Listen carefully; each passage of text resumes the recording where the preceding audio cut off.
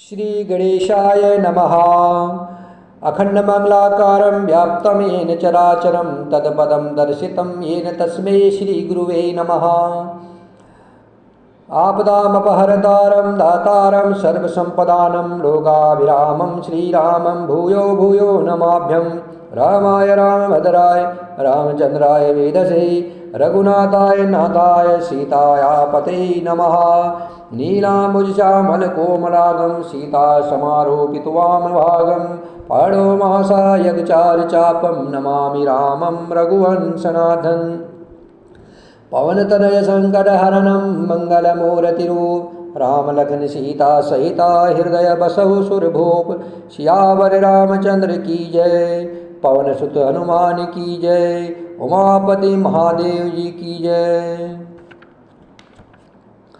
तो धनुष तोड़ना, जब श्री रामचंद्र जी ने शिव जी के विशाल धनुष को तोड़ दिया तो धनुष के टूटने की आवाज़ को सुन करके भृग कुल रूपी कमल के सूर्य परशुराम जी आ गए।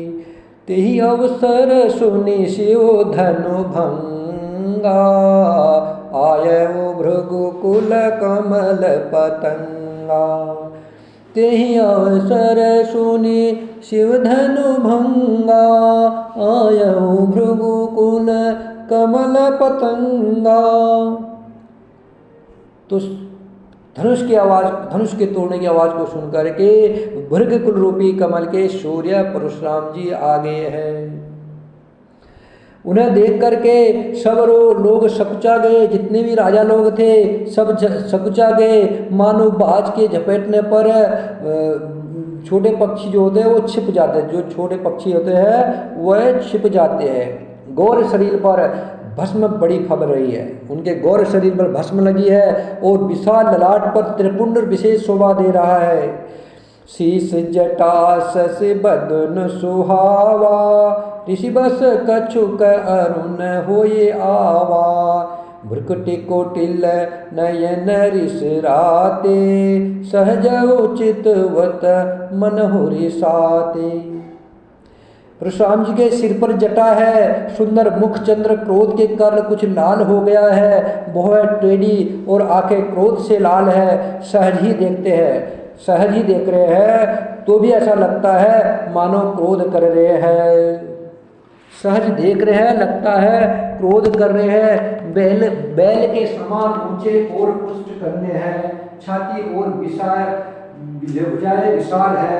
सुंदर यज्ञोपति धारण किए हुए, यज्ञोपवीत अर्थात जनेऊ धारण किए हुए हैं। माला पहने हैं और मृग चर्म लिए हैं। कमर में मुनियों का सा उनका भेष है। हाथ में धनुष बाण और सुंदर कंधे पर परसा है। शांत भेष है। परशुराम जी का भेष शांत है, परंतु करनी बहुत कठोर है। स्वरूप का वर्णन उनका नहीं किया जा सकता है। मानो वीर ऋषि ही मुनि का रूप धारण करके आ गया हो। जहाँ सब राजा लोग थे वहाँ पर मुनि का शरीर धारण करके वीर ऋषि आ गया हो। परशुराम जी का भयानक भेष देख करके सब राजा भय से व्याकुल हो उठे और पिता सहित अपना नाम कह कर सब लोग दंडवत करने लगे। परशुराम जी का हित समझकर भी सहज ही जिसकी ओर देख लेते हैं। परशुराम जी हित समझकर भी जिसकी ओर देख लेते हैं वह समझता है कि अब मेरी उम्र खत्म हो गई है। फिर जनक जी ने आकर के सिर नवाया और सीता जी को बुला करके प्रणाम कराया। आशीष दीन सकी हरसानी, निज समाज ले गई सयानी। विश्वामित्र मिले पुनि आई, पद सरोज मेले दो भाई। राम लखन दशरथ के ढोटा, दीन आशीष देखी भल जोटा। राम ही चितई रहे थकी लोचन, रूप अपार मार मद मोचन। तब परशुराम जी ने सीता जी को आशीर्वाद दिया। सखिया हर्षित हुई और वह अब ज़्यादा नहीं रुकना चाहिए समझकर वह सखिया अपनी अपनी मंडली में चली गई।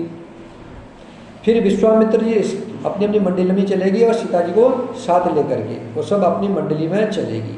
तो अभी विश्वामित्र जी आए, विश्वामित्र महामुनि ज्ञानी, तब विश्वामित्र जी आए और परशुराम जी से भेंट की और दोनों भाइयों को उनके चरण कमलों में प्रणाम कराया।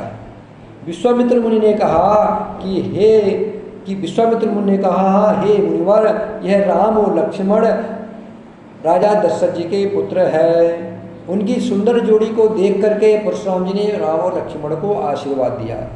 कामदेव के मद को छुड़ाने वाले, जो कामदेव के मद को छुड़ाने वाले श्री रामचंद्र जी के अपार रूप को देख करके परशुराम जी के नेत्र थकित हो गए, अर्थात रुक गए, उनको देखते रह गए। राम जी की छवि ऐसी है, प्रभु श्री राम जी की छवि ऐसी निराली है कि परशुराम जी भी उनको देख करके थकित हो गए हैं, स्तंभित हो गए।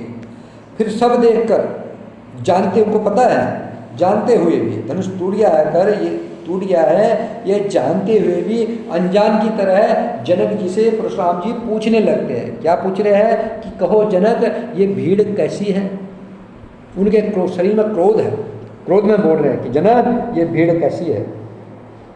जिस कारण यहाँ सब राजा लोग आए हैं, राजा जनक ने वह सब समाचार कहे सुनाए जो जो क्रियाएं उन्हें अभी तक की, कि हमने प्रण किया था जो धनुष तोड़ेगा उसके साथ सीता का विवाह होगा, ऐसे ऐसे आज धनुष टूट गया है। जनक के वचन सुन करके परशुराम जी ने फिर कर दूसरी ओर देखा जहाँ पर धनुष के टुकड़े पृथ्वी पर गिरे हुए थे और अत्यंत क्रोध में भर करके वे कठोर वचन बोले, रे मूर्ख जनक, बता धनुष किसने तोड़ा है। जिसने धनुष तोड़ा है उसको शीघ्र दिखा, नहीं तो अरे मूढ़ जनक, आज मैं जहां तक तेरा राज्य है वहां तक की पृथ्वी को उलट दूंगा। राजा को अत्यंत डर लग गया, जनक जी अत्यंत भयभीत हो गए, जिसके कारण वो कुछ बोल नहीं पा रहे हैं। यह देख करके कुटिल राजा जो थे वहां पर वो मन में बड़े खुश हुए।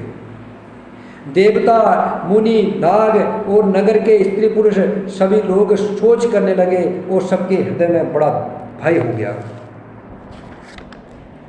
सीता जी की माता मन में पछता रही है कि हाय विधाता, अब बनी बनाई बात बिगड़ गई है।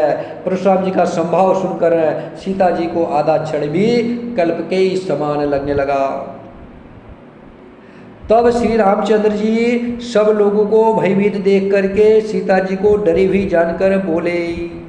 जब राम जी ने सोचा कि सभी लोग भयभीत हैं, देखो भगवान भक्तों के भय को हरने वाले हैं।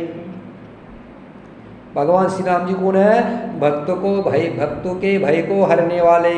आज भक्त भयभीत है, जनकपुर में जितने भी साधु संत लोग हैं, नगर निवासी सब भयभीत है और सीता जी डरी हुई है। सीता जी भक्ति है, भक्ति और भक्त सब डरे हुए हैं। तो तब भगवान श्री राम जी ऐसा जान करके भक्त डरे हुए हैं, भयभीत हैं, तो उनके हृदय में न कुछ खुश, न हर्ष था, न विषाद था। और वो राम जी बोल रहे, क्या बोल रहे? नाथ समूह धनु भंजनिहारा, हो यही केऊ एक दास तुम्हारा। नाथ समूह धनु भंजनिहारा, हो यही केऊ एक दास तुम्हारा। आयुष काहे कहिए किन मोही, सुनेरी साय बोले मुनि कोई। सेवक सो जो करे सेवकाई, हरि करनी करिय लराई। सुनहु राम जेहि शिव धनु तोरा, सहस बाहु सम सोरि पुमोरा। सेवक सो जो करे सेवकाई, हरि करनी करिय लराई। सुनहु राम जेहि शिव धनु तोरा, सहस बाहु सम सोरि पुमोरा। तब राम जी बोले, हे नाथ, शिवजी के धनुष को तोड़ने वाला आपका कोई एक दास ही होगा। क्या आज्ञा है, मुझसे क्यों नहीं कहते हैं। ये सुनकर के क्रोधी मुनि परशुराम जी रिसा करके बोले, सेवक वह होता है जो सेवा का काम करे, शत्रु का काम करने वाले से तो लड़ाई करनी चाहिए। हे राम सुनो, जिसने शिवजी के धनुष को तोड़ा है वह सहस्त्रबाहु के समान मेरा शत्रु है। ये जो धनुष है ना, ये धनुष को तोड़ने में परशुराम जी को इतना गुस्सा क्यों आता है पता है किसी लोगों को? ये धनुष जो है पिनाक धनुष, जब देवता और दैत्यों में संग्राम हो गया था तो देवता लोग नहीं जीत रहे थे, देवता लोग दैत्यों से जीत नहीं पा रहे हैं, तो तब दधीच की हड्डियों से अगर वर्ज बनेगा, उससे अगर देवता लोग लड़ेंगे तब वो जीत पाएंगे। तो सारे देवता दधीच ऋषि के पास गए। अभी वो स्थान मिस्र में है, दधीच मुनि का आश्रम जो था वो मिस्र, आजकल तत्काल मिस्र है। तो दधीच मुनि तपस्या में थे, तो देवताओं ने ऋषि के पास गए और प्रणाम किया और बोला, ऋषि गुरुजी हमको जो है आपके शरीर का, अगर आपके शरीर की हड्डियों से, आपकी हड्डियों से वर्ज बना जाए तो हम दैत्यों पर विजय प्राप्त कर सकते हैं। तो दधीच मुनि ने बोला, भाई मेरी हड्डियाँ तो तभी मिलेंगी जब मेरा शरीर नहीं रहेगा, तो अभी बीच में तो शरीर है, प्राण है। तो दधीच मुनि ने कहा, परोपकार के समान कोई पुण्य नहीं है, परहित, दूसरे के हित के समान कोई धर्म नहीं है। सबसे बड़ा धर्म क्या है? परहित सरित धर्म नहीं भाई, दूसरे के हित के बराबर कोई परोपकार नहीं। तो दधीच मुनि ने बोला, कोई बात नहीं, मैं अपनी हड्डियाँ दूंगा। दधीच मुनि योगा ध्यान में बैठ गए। योग से, योग की सिद्धि थी उनको, योग के बल पर उनने अपना शरीर का त्याग कर दिया और देवता लोगों ने उनके हड्डियों से 4 चीज़ें बनाई गई थी। उनकी हड्डियों से एक तो वर्ज बना, जो वर्ज किसके पास है? इंद्र के पास है, जिससे दैत्यों पर विजय प्राप्त हुई। और 3 धनुष बनाए गए, एक धनुष पिनाक था, एक सारंग और गांडीव। 3 धनुष की उत्पत्ति हुई थी दधीच मुनि की हड्डियों से, पिनाक, गांडीव और सारंग। सारंग धनुष भगवान विष्णु के पास है और पिनाक धनुष शंकर जी के पास। पिनाक धनुष था शंकर जी के पास और सारंग था विष्णु के पास और गांडीव धनुष भी शिव जी के पास था। शिव जी ने, अर्जुन ने तपस्या की तो अर्जुन को गांडीव धनुष दे दिया, और रावण ने तपस्या की धनुष के लिए तो पिनाक दिया, तो पिनाक धनुष रावण उठा नहीं पाया। ठीक है, कहानी लंबी है। तो रावण नहीं उठा पाया, तो जैसे रावण ले गया और जनकपुर आया तो जनकपुर में उसने विश्राम किया, तो दोबारा उससे उठा नहीं है। एक्चुअली क्या था कि जब शिवजी ने रावण को धनुष दिया, बोला रावण मैं धनुष तुझे दूंगा, लेकिन ये धनुष इतना भारी है तो इसको अगर नीचे रख देगा तो फिर ये दोबारा तो उठा नहीं पाएगा, इसलिए तो लंका जाने तक इसको जो है नीचे मत रखना। रावण ने बोला ठीक है। रावण गया तो भगवान ने ऐसी लीला की कि रावण को जो है लघु शंका लग गई। अब रावण बहुत सहन किया रावण ने, लेकिन जब उसके वेग को सहन नहीं कर पाया तो उसने, कोई ऋषि मिले रास्ते में, उनको बोला भैया ये धनुष को देखो, जब तक मैं लघु शंका से निवृत्त नहीं होता हूँ तब तक इसको पकड़े रखना, नीचे मत रखना। और बहुत टाइम हो गया, रावण को बड़ी लघु शंका लगी थी, वो समाप्त नहीं हो रही है, ये पर सब प्रभु की लीला है। तो रावण को लेट हो गया, तो जो ऋषि को दे के आए थे उनको देर हो रही थी, उनने वो धनुष, वो जगह जनकपुर थी, वो धनुष नीचे रख दिया। अब फिर वो धनुष किसी से उठा नहीं, और तब से जनकपुर में पड़ा था कुल पिनाक धनुष। और सारंग धनुष विष्णु के पास था, और परशुराम जी ने शिव जी की तपस्या की, तो तपस्या की तो शिव जी ने पिनाक धनुष था, तो पिनाक धनुष दे रहे थे तो वो नहीं लिया, वो बाद में रावण लाया था, वो जनकपुर में रहा। तो तब शिव जी ने बोला भैया ये तो भारी है, तुमसे ये चलेगा नहीं, उठेगा नहीं, तो चलेगा कहाँ से, इसलिए तुम सारंग धनुष है भगवान विष्णु के पास, आप विष्णु की तपस्या करो। तब विष्णु की तपस्या की परशुराम जी ने, तो विष्णु भगवान ने परशुराम जी को सारंग धनुष दिया। ठीक है, सारंग धनुष, अभी सारंग धनुष किसके पास था? परशुराम जी के पास था। पिनाक धनुष जनकपुर में रखा हुआ है और गांडीव धनुष अर्जुन के पास था।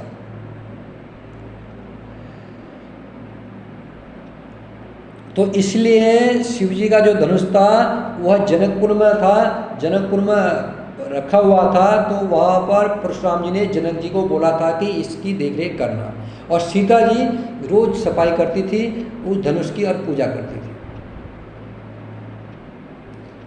तो एक दिन सीता जी ने क्या किया, धनुष को एक हाथ से उठाया, दूसरे हाथ से धनुष के नीचे सफाई किया, और तब राजा एक देख रहे थे जनक जी। तब जनक जी ने बोला, भाई ये जिस धनुष को जो उठा कोई हिला नहीं सकता है, और सीता ने उसको उठा लिया, तो जनक जी ने उसी समय प्रणय कर दिया कि जो इस धनुष को चढ़ाएगा तोड़ेगा उससे मैं सीता का विवाह करूँगा। तो आज श्री राम जी ने वो धनुष तोड़ दिया है। तो जब परशुराम जी यहाँ पहुँचे हैं, राम जी ने बोला कि प्रभु आपका कोई दास होगा जिसने धनुष को तोड़ा है। तब परशुराम जी बोल रहे हैं कि सेवक वो होता है जो सेवा करे, जो शत्रु का काम करे, उससे तो लड़ाई ही करनी चाहिए। हे राम सुनो, जिसने शिव जी के धनुष को तोड़ा है वह सहस्त्रबाहु के समान मेरा शत्रु है। वह इस समाज को छोड़कर अलग हो जाए, नहीं तो सभी राजा मारे जाएंगे। मुनि के वचन सुनकर के लक्ष्मण जी मुस्कुराए और परशुराम जी का अपमान करते हुए बोले, बहुधनु ही तोरी लरिकाई, कबहु न असिरिस कीन गोसाई। यह धनु पर ममता के ही हेतु, सुनिरि साय कह भृगु कुलु केतु। हे गोसाई, लड़कपन में अर्थात बचपना में हमने बहुत सी धनुषां तोड़ डाली, किंतु आपने ऐसा क्रोध नहीं किया। इस धनुष पर इतनी ममता क्यों है? यह सुनकर के भृगवंश की ध्वजा स्वरूप परशुराम जी कुपित होकर के कहने लगे, रे निर्भ बालक काल बस, बोलत तो ही न संभार। धनु ही सम त्रिपुरारी धनु, विदित सकल संसार। अरे राजपुत्र, काल के वश में होने से तुझे बोलने में कुछ भी होश नहीं है। सारे संसार में विख्यात शिव जी का ये धनुष क्या सब धनुष के समान है? जब लक्ष्मण जी ने बोला कि बचपन में तो हमने बहुत सारे धनुष तोड़े हैं, हमारा खेल में धनुष तोड़ते थे, कभी आपने कुछ नहीं बोला, लेकिन आज इस धनुष को तोड़ने पर तुम इतने क्रोधित क्यों हो रहे हो? तब परशुराम जी ने बोला कि वो धनुष के समान इसको मान रहा है, ये जो है सारे संसार में विख्यात शिव जी का धनुष है, क्या सब धनुष के समान है ये? लक्ष्मण जी ने हंस करके कहा, हे देव सुनिए, हमारे समझ में तो सब धनुष बराबर है, एक से है, और ये तो पुराना है, पुराना धनुष को तोड़ने से क्या लाभ क्या हानि। श्री रामचंद्र जी ने तो इसे नया समझ करके देखा था, और ये हाथ लगाते टूट गया, तो इसमें राम जी का कोई दोष नहीं है। हे मुनि, आप बिना ही कारण इसलिए क्यों क्रोध कर रहे हो? परशुराम जी ने अपने परसे की ओर देखा और बोले, रे दुष्ट, तूने मेरा संभाव नहीं सुना है। मैं तुझे बालक जानकर मारता नहीं हूँ। अरे मूर्ख, क्या तू मुझे निरा मुनि ही जानता है? मैं बाल ब्रह्मचारी और अत्यंत क्रोधी हूँ। क्षत्रिय कुल का शत्रु तो विश्व भर में विख्यात हूँ। क्षत्रियों का पृथ्वी से नाश कर दिया, सारे क्षत्रियों का विनाश कर दिया था परशुराम जी ने एक बार। ठीक है ना? परशुराम जी भी राम के ही अवतार हैं। परशुराम जी कोई अलग नहीं है, 3 नाम हुए हैं, राम 3 हुए हैं, परशुराम, राम और बलराम। परशुराम जी के पीछे पुरुष लग गया, इसलिए वो परशुराम जी हो गए। पुरुष में इसलिए लग गया क्योंकि वो परसा धारण करते थे, और बलराम के पीछे बल रख गया क्योंकि वो बल के धाम थे, अतुलनीय बलशाली थे, इसलिए उनको बलराम कहा गया।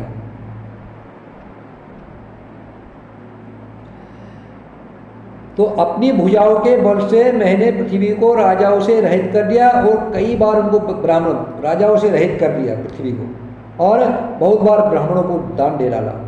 हे राजकुमार, सहस्त्रबाहु की भुजाएं, सहस्त्रबाहु की सहस्त्र भुजाएं थी, सहस्त्रबाहु की भुजाओं को काटने वाले मेरे इस परसे को देख। अरे राजा के बालक, तू अपने माता पिता को सोच के बस में न कर, मेरा प्रसव बड़ा भयानक है, यह गर्भ के बच्चों का भी नाश कर देता है। बिहसी लखन बोले मृदबानी, अहो मुनि सुमहाभट मानी, पुनि पुनि मोहि दिखाव कुठारो, चहत उड़ावन फूकी पहारो। लक्ष्मण जी हंसकर कोमल वाणी से बोले, अहो मुनीश्वर, तो अपने को बड़ा भारी योद्धा समझते हो? तो तुम अपने आप को बड़े भारी योद्धा समझ रहे हो? बार बार मुझे कुल्हाड़ी प्रसाद दिखा रहे हो? क्या फूंक से पहाड़ उड़ाना चाहते हो? यहाँ कोई छोटा कच्चा फल नहीं है जो तर्जनी उंगली को देखते ही मर जाएगा। कुठार और धनुषबाण देखकर ही मैंने कुछ अभिमान सहित कहा था। आपके हाथ में एक कुठार, परसा और धनुषबाण देख के मैंने कुछ कहा था। भर्गवंशी समझकर और यज्ञोपति देखकर तो जो कुछ आप कहते हैं उसे मैं क्रोध रोककर सह लेता हूँ। अर्थात आप भर्गवंशी हो, आपने जनेऊ धारण कर रखा है, इसे देख करके मैं अपने क्रोध को सहन कर रहा हूँ। देवता, ब्राह्मण, भगवान के भक्त और गाय, इन पर हमारे कुल में वीरता नहीं दिखाई जाती। लक्ष्मण जी परशुराम जी को बोल रहे हैं कि आपके परसे को और धनुषबाण को देखकर मैंने कुछ कहा था, पर आपकी जनेऊ यज्ञोपवीत को देख करके मैं अपने क्रोध को रोक रहा हूँ, क्योंकि देवता, ब्राह्मण, भगवान के भक्त और गाय, इन पर हमारे कुल में वीरता नहीं दिखाई जाती। इनको मारने से पाप लगता है और इनसे हारने पर अपकीर्ति होती है, इसलिए आप मारे तो भी हमें आपके पैरों ही पड़ेंगे। आपका एक एक वचन ही करोड़ों वर्ज के समान है। आपके इतने कड़वे वचन हैं, एक एक वचन करोड़ों वर्ज के समान है। धनुष बाण और कुठार तो आप व्यर्थ ही हाथ में रख रहे हो। आपको धनुष बाण और कुठार परसा रखने की जरूरत नहीं है, आपके तो वचन ही वर्ज करोड़ों वर्ज के समान है। धनुष और कुठार को देखकर मैंने कुछ अंचित कहा है तो उसे हे धीर महामुनि क्षमा कीजिए। यह सुनकर भृगवंश मणि परशुराम जी क्रोध के साथ गंभीर वाणी बोले, कौशिक सुनहो मनु यह बालक, कुटिल काल बस निज कुल घालकु, भानु वंश राकेश कलंको, निपट निरंकुश अवध असंको।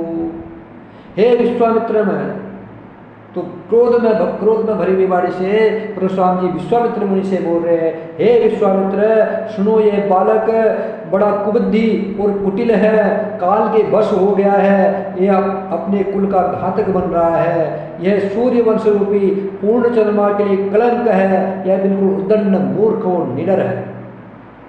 अभी क्षण भर में ये काल का ग्रास हो जाएगा। मैं पुकार कर कह रहा हूँ, फिर मुझे कोई दोष मत देना। यदि तुम इसे बचाना चाहते हो तो हमारा प्रताप, बल और क्रोध बतला करके इसे समझाओ। लक्ष्मण जी ने कहा। फिर लक्ष्मण जी बोलने लगे, क्या बोले, हे मुनि। लक्ष्मण कौन है पता है किसी को? ये तो परशुराम जी के आगे लक्ष्मण जी की हिम्मत, लक्ष्मण बोल सकते हैं और परशुराम जी सहन कर पाएंगे? लक्ष्मण क्या है? लक्ष्मण शंकर भगवान है। जब जब परमात्मा एक से दो, परमात्मा एक है, निर्गुण निराकार अखंड अगोचर अव्यक्त अनादि परमात्मा एक है। जब जब परमात्मा एक से दो होना चाहते हैं, लीला करते हैं, परमात्मा अपने से तीन शक्तियों का प्रादुर्भाव करते हैं। किस किस का? ब्रह्मा, विष्णु और शंकर। ब्रह्मा जी उत्पत्ति करते हैं, विष्णु पालन करते हैं और शंकर संहार करते हैं। हर ब्रह्मांड में एक ब्रह्मा, एक विष्णु, एक शिव होते हैं। और राम जी उनके साथ में आते हैं। राम जी आते हैं और एक इनको जब जब राम आते हैं, जब जब परमात्मा एक से दो होना चाहते हैं तो अपने साथ तीन शक्तियों को लेके आते हैं, ब्रह्मा, विष्णु और महेश। यहाँ पर त्रेता युग में जब राम जी दशरथ के यहाँ आए थे तो साक्षात ब्रह्म ही आए। ये विष्णु अवतार, विष्णु भी परमात्मा के ही है, परमात्मा विष्णु भी राम ही है, शंकर ही राम ही है, ब्रह्मा ही राम, सब राम है। लेकिन जब जब राम जी आए, यही विष्णु, यही ब्रह्मा, यही शिव बन करके खुद आते हैं, तीनों शक्ति को लेके आते हैं। और यहाँ जब राम जी आए थे तो ये भी तीनों को लेके आए। विश्व भरण पोषण कर जोई, ताकर नाम भरत असोई। भरत जी कौन है? विष्णु है। जाके सुमिरन तेरी पुनासा, नाम शत्रुघ्न वेद प्रकाश। जो वेद का प्रकाश करने वाले कौन है? ब्रह्मा जी। लक्षण धाम राम प्रिय, सकल जगत आधार। जो लक्षण धाम है और राम जी के प्रिय कौन है? शिव जी। शंकर के बराबर राम जी का प्रेमी है कोई? शंकर सहज सम अविनाशी, वो राम जी के प्यारे। तो लक्ष्मण जी कौन है? राम जी, शंकर जी है। और धनुष किसका है? शंकर जी का है। किसने तोड़ा है? परम परमात्मा श्री राम जी ने तोड़ा है। और किसका धनुष है? शंकर का। और क्रोध कौन हो रहा है? परशुराम जी। और परशुराम जी क्यों तोड़ा करके क्रोधित हो रहे हैं? और लक्ष्मण जी उनके राम जी के, परशुराम जी के अग्निष्ठ में खड़े हो गए और राम जी का साथ देने की। क्यों? राम जी परमात्मा है और शंकर जी उनके अंश, उनके प्रेमी हैं, उनके सखा है, उनके भक्त है।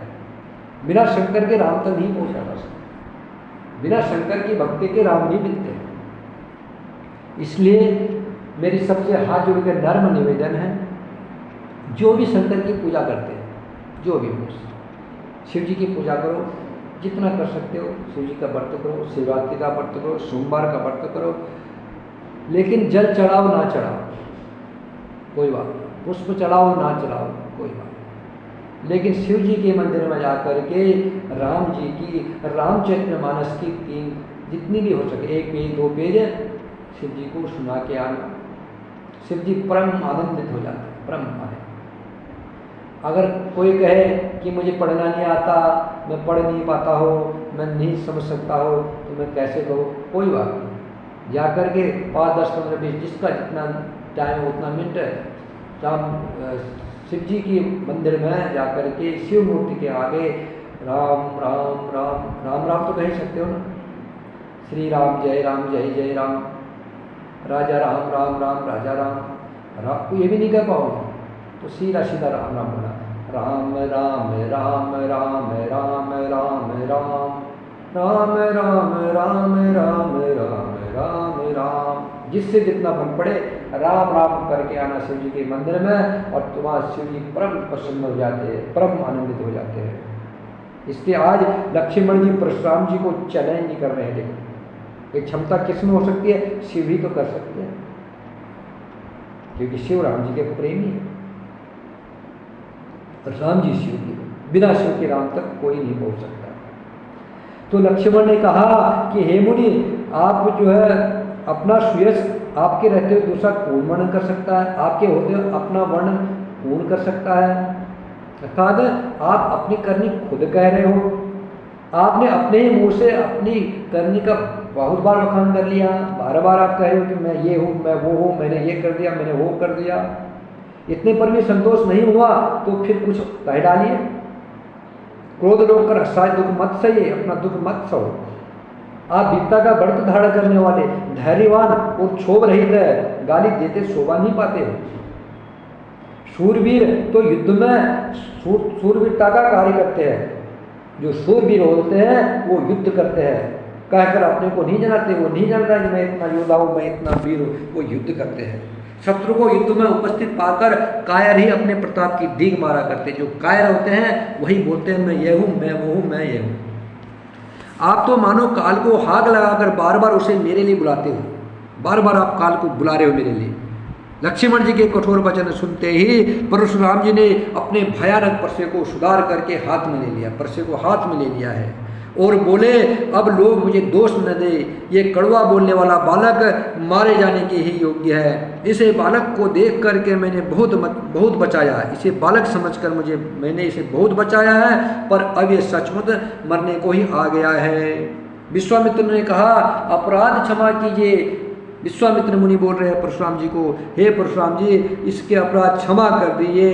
बालक के दोषों को और गुणों को साधु लोग नहीं गिनते हैं। परशुराम जी बोले, तीखी धार का कुठार, मैं दया रहित और क्रोधी और एक गुरुद्रोही और अपराधी मेरे सामने उत्तर दे रहा है, इतने पर भी मैं इसे बिना मारे छोड़ देता हूँ। सो हे विश्वामित्र, केवल तुम्हारे प्रेम से। विश्वामित्र जी मैं अभी तक ये छोड़ रहा हूँ इनको, वो आपके प्रेम से मैं इनको छोड़ रहा हूँ। उत्तर दे रहा है इतने पर भी मैं इन्हें छोड़ा हूँ तो सिर्फ आपका प्रेम है, नहीं तो इसे इस कठोर कुठार से काटकर मैं थोड़े ही परिश्रम से गुरु से ऋण हो जाता है। गुरु कौन है? विश्वामित्र के शंकर जी। बोला इसने मेरे गुरु का धनुष तोड़ा है तो मैं गुरु के ऋण से ऋण हो जाता। विश्वामित्र मुनि ने हृदय में हंस कर कहा, मुनि को सब कुछ हरा ही सूझ रहा है, अर्थात अभी तक ये विजय होने के कारण इनको राम लक्ष्मण भी साधारण क्षत्रिय ही लग रहे हैं। क्षत्रिय बन ने विजय पाई थी ना, इसलिए राम लक्ष्मण भी इनको साधारण क्षत्रिय लग रहे हैं। किंतु इन्हें पता नहीं है ये मुनि अभी भी बेसमझ बने हुए हैं, इनके प्रभाव को नहीं समझ रहे हैं। लक्ष्मण जी ने कहा, हे मुनि आपके शील को कौन नहीं जानता, वह संसार भर में प्रसिद्ध है। लक्ष्मण जी परशुराम जी को बोल रहे हैं आपके शील को कौन नहीं जानता, आप माता पिता से तो अच्छी तरह ऋण हो ही गए हो, अब गुरु का भी ऋण रहा, जिसका जी में बड़ा सोच लगा है वह मानो हमारे ही मत्थे कड़ा है। बहुत दिन बीत गए, इससे ब्याज भी बहुत बढ़ गया होगा, अब किसी हिसाब देने वाले को बुला लाओ तो मैं तुरंत थैली खोल करके दे दूँ। लक्ष्मण जी के कड़वे वचन सुन करके परशुराम जी ने कुठार संभाला। सारी सभा हाय हाय करके पुकार रही है। लक्ष्मण जी ने कहा, हे भृगश्रेष्ठ आप मुझे प्रसाद दिखा रहे हो, पर हे राजाओं के शत्रु मैं आपको ब्राह्मण समझ करके बचा रहा हूँ। आप मुझे प्रसाद देख रहे हो, प्रसाद दिखा रहे हो, मैं आपको इसलिए बचा रहा हूँ कि आप ब्राह्मण हो, आपको कभी रणधीर बलवान वीर नहीं मिले हैं। हे ब्राह्मण देवता आप घर पर ही बड़े हो, यह सुनकर अनुचित है कह करके सब लोग समाज में पुकार रहे हैं। तब श्री रघुनाथ जी ने इशारे से लक्ष्मण जी को रोक दिया। लक्ष्मण जी कौन है पता है आपको? एक प्रकार से लक्ष्मण जी सूर्य की जो लालिमा है ना वो है। जब सूर्य भगवान उदित होते हैं, भगवान राम जी सूर्य है, लक्ष्मण जी लालिमा है, ठीक है। जब सूर्य सुबह उदय होते हैं या अस्त होते हैं उस समय सूर्य डायरेक्ट नहीं आते, पहले लालिमा आती है, ऑरेंज कलर का आता है लालिमा ना, उसके बाद सूर्य आते हैं। वैसे ही लक्ष्मण जी का क्रोध लालिमा है। जब लक्ष्मण जी क्रोधित होते हैं तब फिर लक्ष्मण जी का क्रोध लालिमा जब क्रोध पूरा हो जाता है उसके बाद फिर राम आता है। यहाँ भी वही हो रहा है, लक्ष्मण जी का हो गया, अब राम जी ने लक्ष्मण को इशारे से रोका है, अब राम जी आएंगे। तो लक्ष्मण जी के उत्तर से जो आहुति के समान थे, लक्ष्मण जी ने उनको रोका, और लक्ष्मण जी के उत्तर कैसे थे? आहुति के समान थे, जैसे अग्नि में आहुति डालते, अग्नि को मैं घी डालूंगा, वो लक्ष्मण के शब्द थे परशुराम जी के लिए, परशुराम जी के क्रोध को बढ़ाने के लिए।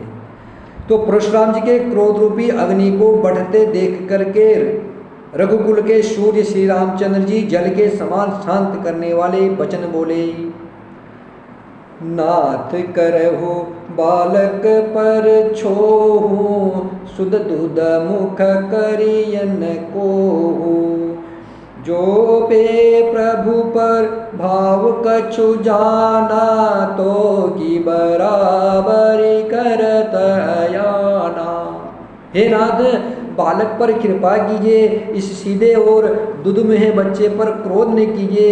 यदि ये प्रभु का कुछ प्रभाव जानता तो ये क्या बेसमझ आपकी बराबरी करता। बालक है, बालक कुछ मूर्खता कर भी देता है तो गुरु माता और पिता मन में आनंद से भर जाते हैं। अतः इसे छोटा बच्चा और सेवक जानकर कृपा कीजिए। आप तो समदर्शी है, सुशील, धीर और ज्ञानी मुनि है। श्री रामचंद्र जी के वचन को सुन करके परशुराम जी कुछ ठंडे हुए। इतने में लक्ष्मण जी कुछ कहकर फिर मुस्कुरा दिए। उनको हंसते देख करके परशुराम जी के नख से लेकर के पैर के अंगूठे से लेकर के सिर तक सारे शरीर में क्रोध छा गया। उन्होंने कहा, हे राम तेरा भाई बड़ा पापी है। ये शरीर से गोरा है पर हृदय का काला है। ये विषमुखा है, विष की तरह है। ये दूधमुखा नहीं है, ये विषमुखा है। विष पीने वाला है, दूध पीने वाला नहीं है। ये संभाव से टेढ़ा है, तेरा अनुसरण नहीं करता, तेरे जैसा शीलवान नहीं है। ये नीच मुझे काल के समान नहीं देखता है। लक्ष्मण जी ने हंस कर कहा, हे मुनि सुनिए, क्रोध पाप का मूल है। जिसके वश में होकर मनुष्य अनुचित कर्म कर बैठते हैं और विश्व भर के प्रतिकूल चलते हैं और सबका अहित करते हैं।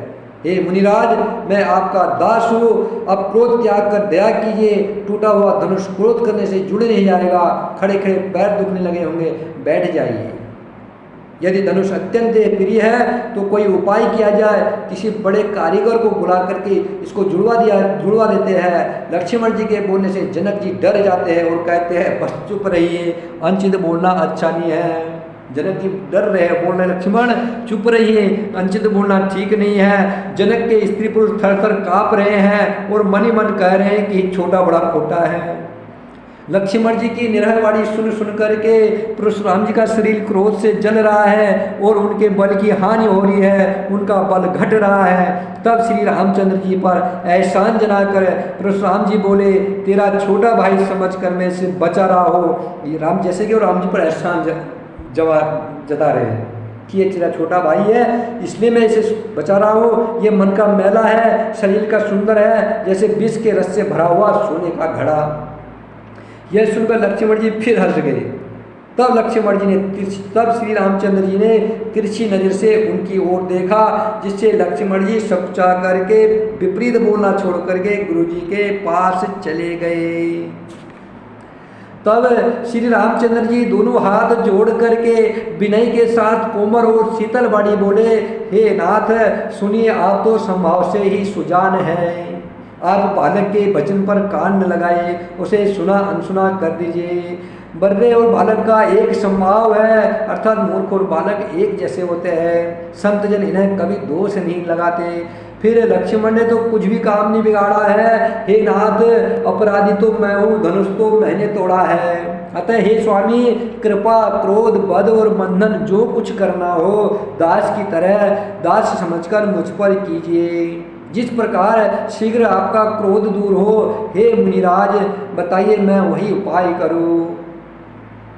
कह मुनि राम जाय ऋषि कैसे, अजहु अनुज तव चितव अनेसे। यही के कंठ कुठार न दीना, तो मैं काहे कोप करी कीना। मुनि ने कहा, हे राम क्रोध कैसे जाए। परशुराम जी ने क्या कहा, हे राम क्रोध कैसे जाए, अब भी तेरा छोटा भाई टेढ़ा ही ताक रहा है। इसकी गर्दन पर मैंने कुठार न चलाया तो क्रोध करके किया ही क्या। मेरे जिस कुठार की घोर करनी सुन करके राजाओं की स्त्रियों के गर्भ गिर पड़ते हैं, उसी परसे के रहते मैं इस शत्रु राजपुत्र को जीवित देख रहा हूँ। हाथ चलता नहीं है। परशुराम जी क्या बोल रहे, देखो राम जी के वचनों को सुनकर के परशुराम जी बोल रहे हैं कि मैंने इसको छोड़ दिया है। इस परसे की बात को सुन करके राजाओं के स्त्रियों के गर्भ भी गिर पड़ते हैं और मैं इसको जीवित देख रहा हूँ, हाथ चल नहीं रहा है। परशुराम जी बोल रहे हैं हाथ चलता नहीं है, क्रोध से छाती जल रही है। राजाओं का घातक ये कुठार भी कुंठित हो गया है, अर्थात परसा भी कमजोर पड़ रहा है, विधाता विपरीत हो गया है। इससे मेरा स्वभाव बदल रहा है, नहीं तो भला मेरे हृदय में किसी समय में कृपा थी। आज दया मुझे यह दुख सहा रही है। यह सुनकर लक्ष्मण जी ने मुस्कुराकर सिर नवाया और कहा, आपकी कृपा रूपी वायु भी आपकी मूर्ति के अनुकूल ही है। वचन बोलते हैं मानो फूल झड़ रहे हैं। हे मुनि, यदि कृपा करने से आपका शरीर जल जाता है तो क्रोध होने पर तो शरीर की रक्षा विधाता ही करेंगे। परशुराम जी ने कहा, हे जनक, देख ये मूर्ख बालक हट करके यमपुरी में घर निवास करना चाहता है। इसको शीघ्र मेरी आपके ओट से क्यों नहीं करते। ये राजपुत्र देखने में छोटा है पर बड़ा खोटा है। लक्ष्मण जी ने हंस हंस कर मन ही मन कहा, आँख मूंद लेने पर कहीं कोई नहीं दिखा। लक्ष्मण ने कहा, मन ही मन कहा, आँख बंद कर लो। आँख बंद करने से फिर कुछ नहीं दिखाई देता है। तब परशुराम जी हृदय में अत्यंत क्रोध भर करके श्री राम जी से बोले, अरे सट, तू शिव जी का धनुष तोड़कर उल्टा मुझे ज्ञान सिखाता है। परशुराम जी राम जी से बोल रहे हैं कि मूर्ख, तू शिव जी का धनुष को तोड़ करके मुझे ज्ञान सिखा रहा है। तेरा भाई तेरे ही आड़ में कटु वचन बोल रहा है और तू छल करके हाथ जोड़ कर विनय करता है। या तो युद्ध में मेरा संतोष कर, नहीं तो राम कहलाना छोड़ दे। अरे शिव द्रोही, छल त्याग कर मुझसे युद्ध कर, नहीं तो भाई समेत तुझे मैं युद्ध में मार डालूंगा। इस प्रकार परशुराम जी कुठार उठाए बक रहे हैं और श्री राम जी सिर झुकाए मन ही मन मुस्कुरा रहे हैं। राम जी ने सिर झुका रखा विनय विनयशील है मेरे प्रभु श्री राम जी। श्री रामचंद्र जी ने मन ही मन कहा, दोष तो लक्ष्मण का, कड़वे वचन लक्ष्मण का और क्रोध मुझ पर कर रहे हैं। कहीं कहीं सीधेपन में भी बड़ा दोष होता है, ज़्यादा सीधा होने पर भी दोष होता है। कहीं कहीं टेढ़ा जानकर सब लोग किसी की भी वंदना करते हैं, अर्थात राहु और चंद्रमा टेढ़े हैं ना, हर कोई राहु और चंद्रमा की वंदना करते हैं। भले ही बाकी का प्रार्थना वंदना करना नहीं करेंगे, लेकिन राहु और चंद्रमा को हर कोई, टेढ़े चंद्रमा को राहु भी नहीं करता। टेढ़ा चंद्रमा ना, चंद्रमा टेढ़ा ना, राहु सबको करता है, लेकिन चंद्रमा को वो भी नहीं कर पाता, क्यों? चंद्रमा टेढ़ा होता है। श्री रामचंद्र जी ने प्रकट कहा है, फिर राम जी बोल के राम जी ने क्या कहा, हे मुनीश्वर क्रोध छोड़िए, आपके हाथ में कुठार है, मेरा सिर नीचे है, जिस प्रकार आपका क्रोध जाए हे स्वामी वही कीजिए, मुझे अपना दास जानिए। स्वामी और सेवक से युद्ध कैसे? आप स्वामी हो, मैं सेवक हूँ, आप और मेरे बीच में युद्ध कैसे हो सकता है? हे ब्राह्मण श्रेष्ठ, क्रोध का त्याग कीजिए। आपका बीरू का सा वेश देखकर बालक ने कुछ कह डाला होगा, वास्तव में उसका भी कोई दोष नहीं है। आपको कुठार बाण और धनुष धाड़ के देखकर और वीर समझकर ही लक्ष्मण जी को क्रोध आ गया। वह आपका नाम तो जानता था, पर उसने आपको पहचाना नहीं है।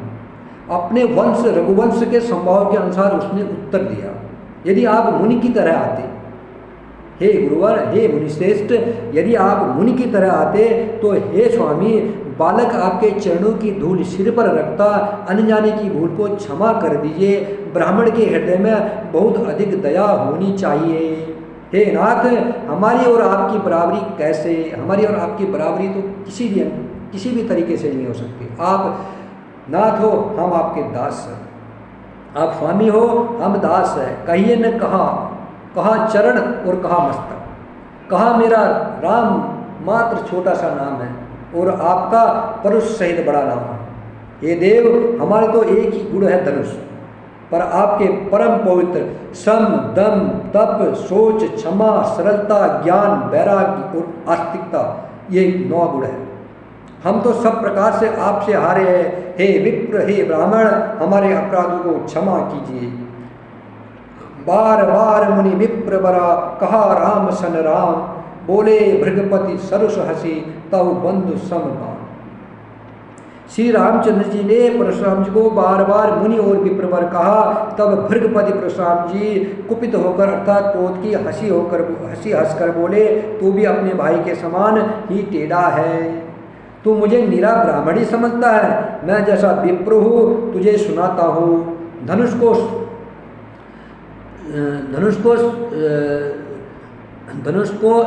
श्रुवा बाण को आहुति, धनुष को श्रुवा बाण को आहुति, वो मेरे क्रोध को अत्यंत भयंकर अग्निजाल।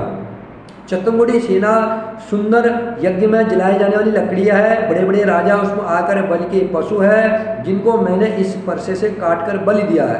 ऐसे करोड़ों जप युक्त रण यज्ञ मैंने किए, अर्थात मंत्रोच्चार सोहा शब्द के साथ आहुतियाँ दी है। धनुष को सोहा, बाण को आहुति, ओ मेरे क्रोध को अत्यंत भयंकर अग्नि। अर्थात कहने का मतलब यह है कि परशुराम जी राम जी से कह रहे हैं कि राम, मैंने करोड़ों यज्ञ किए हैं, उसी प्रकार मैंने पुकार कर राजाओं की बलियां दी है। मेरा प्रभाव तुझे मालूम नहीं है, इसी से तू ब्राह्मण के धोखे मेरा निरादर करके बोल रहा है। धनुष तोड़ डाला, इसमें तेरा घमंड बहुत बढ़ गया, ऐसा अहंकार है मानो तू संसार को जीत के खड़ा है। श्री रामचंद्र जी ने कहा, हे मुनि विचार कर बोलिए, आपका क्रोध बहुत बड़ा है, मेरी भूल छोटी सी है। पुराना धनुष था, छूते ही टूट गया, अब मैं किस कारण अभिमान करूं। हे भृगनाथ, यदि हम सचमुच ब्राह्मण कहकर निरादर करते हैं तो यह सत्य सुनिए। राम जी बोल रहे हैं परशुराम जी से, हे परशुराम जी, हे भृगनाथ, यदि हम सचमुच ब्राह्मण कह करके अनादर कर रहे हैं तो यह सत्य सुनिए। फिर संसार में ऐसा कौन योद्धा है जिसे हम डर के मारे मस्तक नवाएंगे। देवता, दैत्य, राजा या बहुत से योद्धा, वे चाहे बल में हमारे बराबर हो, चाहे हमसे अधिक बलवान हो, यदि रण में हमें कोई भी ललकारेगा तो हम उससे सुखपूर्वक लड़ेंगे, चाहे वो काली क्यों न हो। क्षत्रिय का शरीर धरकर जो युद्ध में डर गया, उस नीच ने अपने कुल पर कलंक लगा दिया। मैं संभाव से ही कहता हूँ, कुल की प्रशंसा करके नहीं, रघुवंशी रण में काल से भी नहीं डरते हैं। ब्राह्मण वंश की ऐसी प्रभुत्ता है, महिमा है कि जो आपसे डरता है, ब्राह्मण वंश की ये महिमा है। जो ब्राह्मण से डरता है वह सबसे निर्भय हो जाता है, अर्थात भय रहित हो जाता है, वह भी आपसे डरता है। जो भय रहे, जिसको किसी का भय नहीं है, वो भी आपसे डरता है। श्री रघुनाथ जी के कोमल और रहस्यपूर्ण वचन सुन करके परशुराम जी की बुद्धि के पर्दे खुल गए। जब राम जी ने बोला, परशुराम जी, ब्राह्मण कुल की ऐसी महिमा है कि जो ब्राह्मण से डरता है वह सबसे निर्भय हो जाता है, अर्थात जो भय रहित होता है, वो जिसको भय लगता है ना, वो भी ब्राह्मणों से डरता है। श्री रघुनाथ जी के कोमल और रहस्यपूर्ण वचन सुन करके परशुराम जी के बुद्धि के पर्दे खुल गए। राम रमापति कर धनु लेहु, खेचहु मिटे मोर संदेहो, देत चापु आपहु चलि गयउ, परशुराम मन विस्मय भयहु। परशुराम जी ने कहा, हे राम, हे लक्ष्मीपति। धन परशुराम जी को था कि ये साक्षात ब्रह्म है, ये परमात्मा है, ये लक्ष्मी के पति रमापति है, लेकिन वो परीक्षा लेना चाह रहे थे। तब वो क्या करें, हे राम, हे लक्ष्मीपति, धनुष को हाथ में अथवा लक्ष्मीपति विष्णु का धनुष लीजिए, क्योंकि उन्हें पता था कि जो इस सारंग धनुष को लेगा वही विष्णु हो सकता है, दूसरा कोई धनुष को लेने की क्षमता किसी, क्योंकि वो विष्णु का धनुष है, इसलिए वो विष्णु के पास ही जाएगा। जब विष्णु भगवान ने उनको ये धनुष दिया था, तब उनने बोला था, तब विष्णु भगवान ने बोला था कि ये धनुष मैं तुम्हें देता हूँ, लेकिन जब त्रेता में मैं राम बन के आऊँगा तब आपने मुझे ये धनुष वापस करना होगा। तब परशुराम जी ने हाथ जोड़कर विष्णु से बोला था कि प्रभु, मैं आपको कैसे पहचानूंगा। तब विष्णु भगवान ने बोला, जब ये धनुष अपने आप किसी के हाथ में चले जाएगा, अर्थात जो इस धनुष को धारण करने की क्षमता जो रखेगा, वही मेरा अवतार होगा। इसलिए आज परशुराम जी राम जी से बोल रहे हैं, हे लक्ष्मीपति, हे रमा, हे राम, धनुष को हाथ में अथवा लक्ष्मीपति विष्णु का धनुष लीजिए और इसे खींचिए, जिससे मेरा संदेह मिट जाए। बोला था, जो इस धनुष को लेगा इसमें प्रत्यंचा चढ़ाएगा। विष्णु भगवान ने परशुराम जी को बोला था, जो इसमें प्रत्यंचा चढ़ाएगा, इस धनुष को लेगा, तो समझ लेना कि मेरा अवतार हो गया है। तो इसलिए परशुराम जी राम जी से बोल रहे कि धनुष लो और इसमें प्रतिंचा चढ़ाओ, इसे खींचो, जिससे मेरा संदेह मिट जाए। परशुराम जी धनुष देने लगे तो वो धनुष अपने आप चला गया। तब परशुराम जी के मन में बड़ा आश्चर्य हुआ। तब उन्होंने श्री राम जी का प्रभाव जाना, जिसके कारण उनका शरीर पुलकित और प्रफुल्लित हो गया। वे हाथ जोड़कर वचन बोले, प्रेम उनके हृदय में समाता न था। जय रघुवंश बनज बन भानु, गहन दनुज कुल दहन कृसानु। जय सुर विप्रधेनु हितकारी, जय मद मोह कोह भ्रमहारी। विनयशील करुणा गुण सागर, जयति वचन रचना अति नागर। सेवक सुखद सुभग सब अंगा, जय शरीर छवि कोटि आनंदा। करो का मुख एक प्रशंसा, करो का मुख एक प्रशंसा। जय महेश मन मानस हंसा, अनुचित बहुत कहेउ अज्ञाता। क्षमाहु क्षमा मंदिर दो भ्राता, कही जय जय जय रघुकुल केतु। भृगपति गए बनहि तप हेतु, हे रघुकुल रूपी कमल वन के सूर्य, हे राक्षसों के कुल रूपी घने जंगल को जलाने वाले अग्नि, आपकी जय हो। हे देवता ब्राह्मण और गौ का हित करने वाले, आपकी जय हो। हे मद मोह क्रोध और भ्रम के हरने वाले, आपकी जय हो।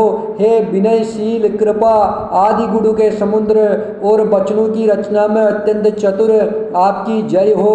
हे सेवकों को सुख देने वाले, सब अंगों से सुंदर और शरीर में करोड़ों करोड़ों कामदेव की छवि धारण करने वाले, आपकी जय हो। मैं एक मुख से आपकी क्या प्रशंसा करूं। हे महादेव जी के मन रूपी मानसरोवर के हंस, आपकी जय हो। मैंने अनजान में आपको बहुत से अनुचित वचन कहे। हे क्षमा के मंदिर दोनों भाई, मुझे क्षमा कीजिए। हे रघुकुल के पताका स्वरूप श्री रामचंद्र जी, आपकी जय हो, जय हो, जय हो। ऐसा कह करके परशुराम जी तप के लिए वन को चले गए। यह देख करके दुष्ट राजा लोग बिना ही कारण के मन कल्पित डर से रामचंद्र जी से तो परशुराम जी भी हार गए। हमने इनका अपमान किया था, अब कहीं ये इसका बदला ले ले, इस व्यर्थ डर से डर गए। ये कायर चुपके से चाहता भाग चले। सियावर रामचंद्र की जय। राजा राम राम राम राजा राम राम, सीता राम राम राम, सीता राम राम राम। सीता राम हनुमान, सीता राम हनुमान, सीता राम हनुमान, सीता राम।